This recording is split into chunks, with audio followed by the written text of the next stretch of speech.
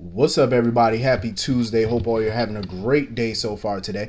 Getting into this episode of GH. Listen, I've had it about up to here with Mr. Cody. I'm sick of him.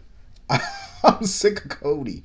Like, he is such a pompous, arrogant, insensitive ass. Like, he comes into the Britt office. You can clearly see the girl is distraught. You know, her office is a mess. She done trashed it. And he's sitting there worried about a fucking necklace. That's all he worried about. That's all he cared about. He came in there talking about, oh, what happened? Did somebody try to steal the necklace? Go jump off a damn cliff. That's what you can go do. Like, this girl is going through hell right now. And this is all you care about? It's all you worried about? So she started venting about Faison and stuff like that, and how, you know, she always try to please him and stuff, you know. And for a moment, Cody tried to comfort her, talking about, oh, she worth loving and all this, you know, the little fake concern. But then as soon as she started talking about how her father's legacy keeps lingering around long after he's been dead, all he thinking about is that necklace, because that's what he thinks she's talking about, and that's not what she's talking about. So he tell her, you know what, why don't you just give me the necklace? She said, you know what, I'm not talking about no damn necklace. She said, that's not even what I'm talking about. So she handed him the fucking necklace. She said, listen, take this necklace and get out. Get the hell out of my office. I'm not mad at her for that, because she's sick of his shit. Like, he's so selfish. That's all you care about, dog. Like, this girl is going through hell, and that's all you think about is financial, you know, finances. This is all he can think about. How that necklace could financially benefit him. So she was like, no, get out, just go. So he tried to sit there and backtrack and all that, trying to act like it's not about that. It is about that for you. It is, because that's all you talking about. It's all you care about. So, of course, Robert come in there with a cop, and he has a warrant to seize the necklace because it has the Ice Princess diamonds in it. So he wants it. And, you know, of course, Cody trying to, you know, resist giving it to him and stuff, but he got a warrant. Either give it up or get your ass locked up. Take your pick.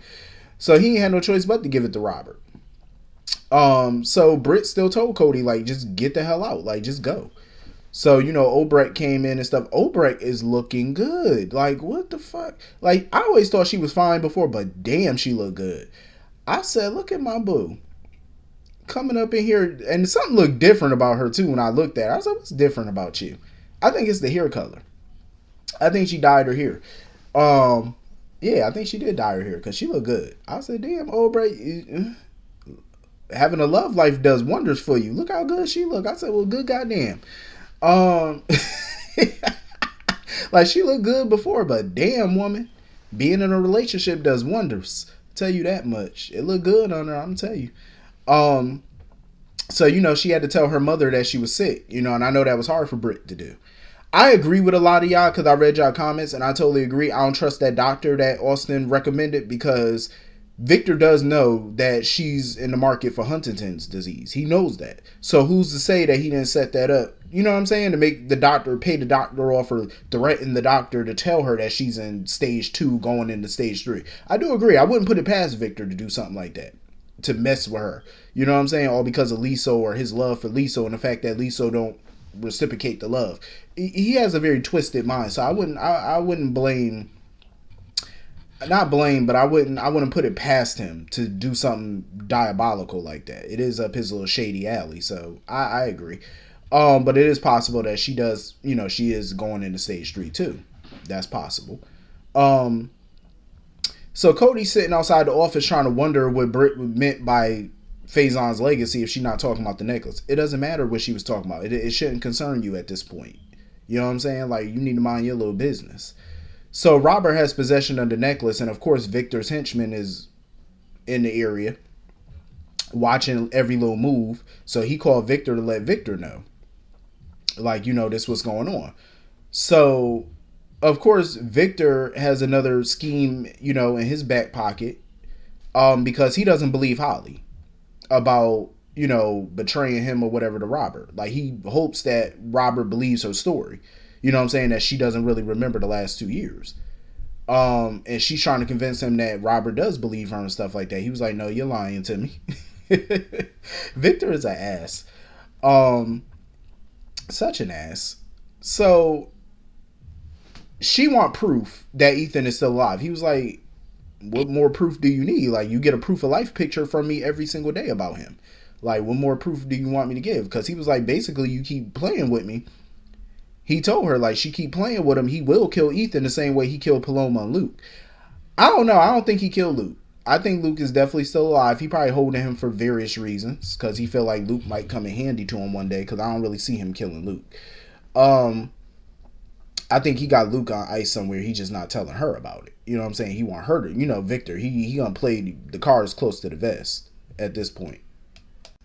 And of course, Victor tried to get in Holly's head about, he tried to taunt her about Robert and Anna. Because he was like, oh, you're always going to play second fiddle to Anna. So she taunted his ass back about Valentine. She was like, your old ass going to be by yourself. She was like, you going to be lonely with no future. No love life, no nothing. I love how Holly was dishing it back to him. Because Victor think he hot shit. I'm like, go sit your old ass down somewhere. You ain't hot shit no more. You never really was. Go sit down. You had all these ladies that you thought wanted you, but neither one did. So go sit down. So basically he telling Holly, like, listen, the WSB about to go pick up that necklace. So I need you to figure out a plan quick, fast, and in a hurry to get the necklace from Robert. Like, you better figure something out because he want that necklace. Holly need to come up with a way to turn the tables on his ass. Like, they all need to at this point. Like, find some type of way to get rid of him. So anyway, moving on from that.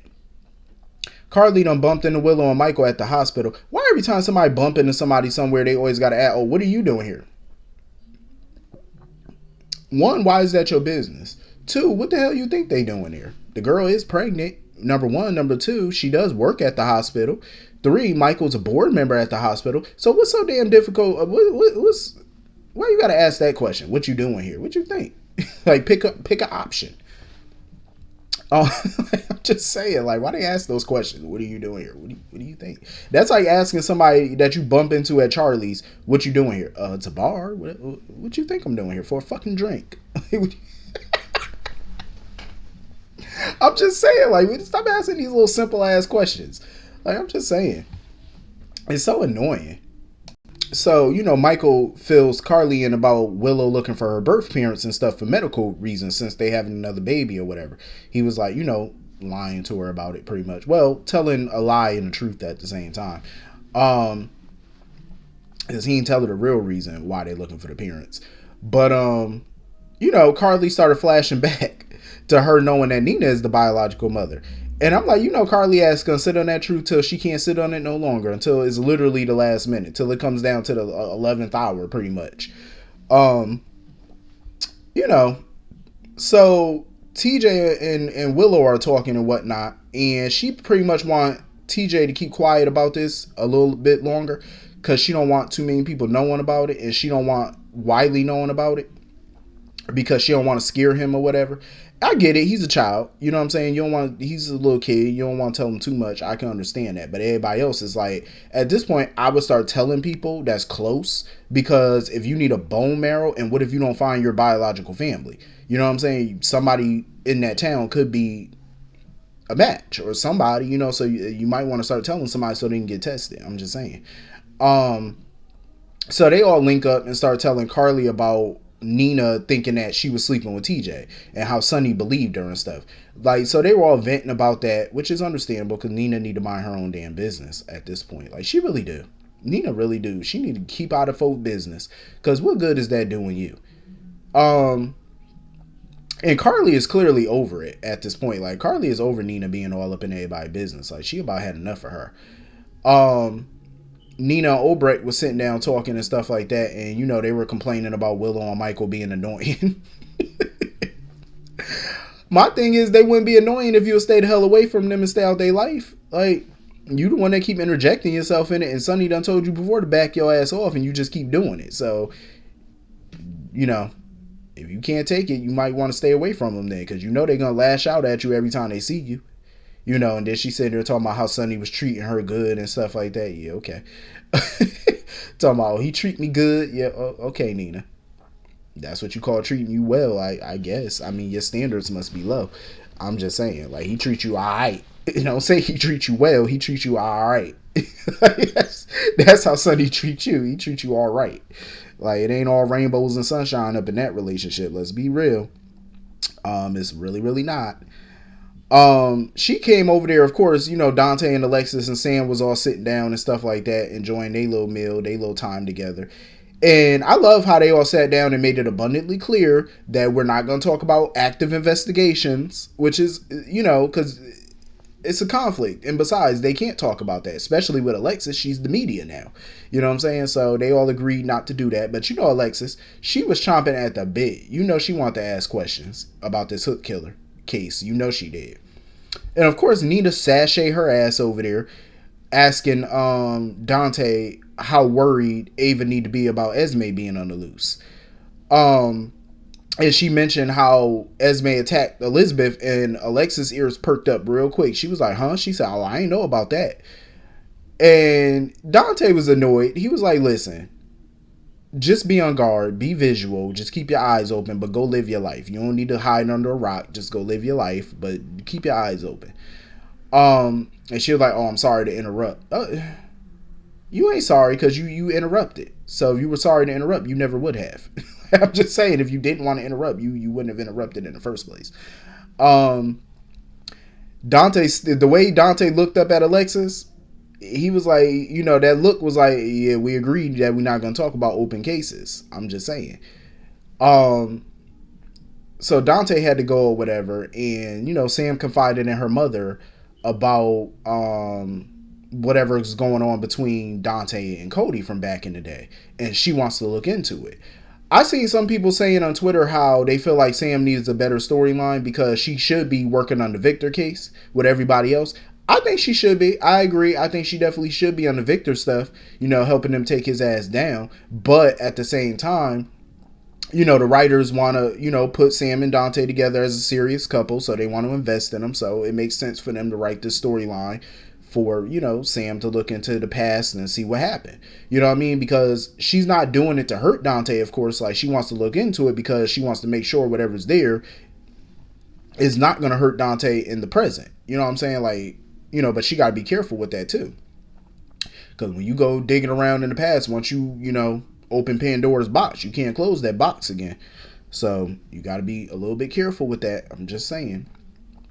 So of course, Nina walked by Alexis or whatever, and they started talking, and she was like, oh, do you want me to call Ava about Esme and stuff like that so you could talk to her?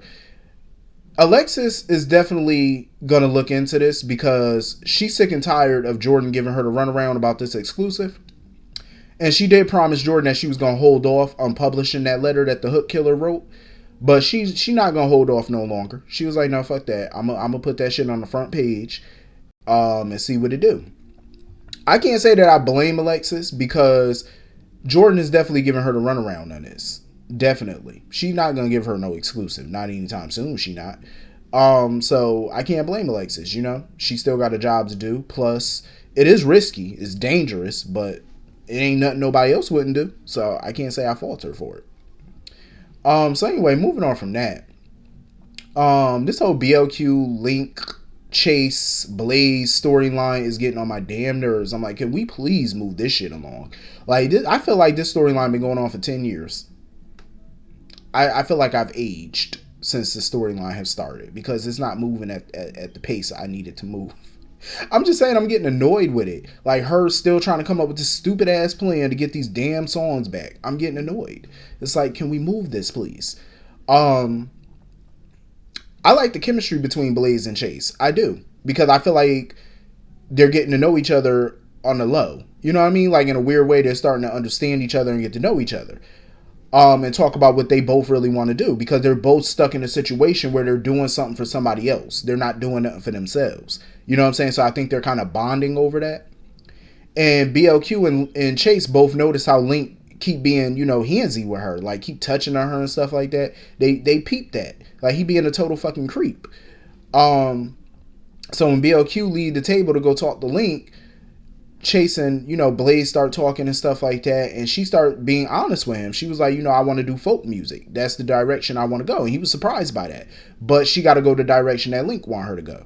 And, he started bringing up the whole handsy stuff, like him touching on her and all that. And she was just like, she going along with it because she don't want to, come off as difficult. I totally understand.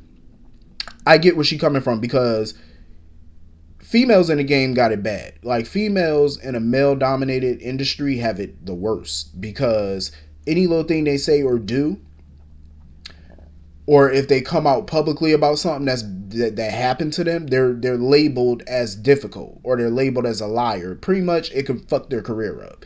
So I understand where she coming from in that retrospect, but she need to stand up for herself. I understand she want this career. She came far. She's moving up in the world in the music industry. I get that, but if that man, touching you and you're not okay with that, she needs to stand up and let it be known she's not okay with that, even if it is a detriment to her career, because your self-respect is bigger than your fucking career. Your dignity is bigger than that career. I'm just saying. He's clearly a creep. He's a perv.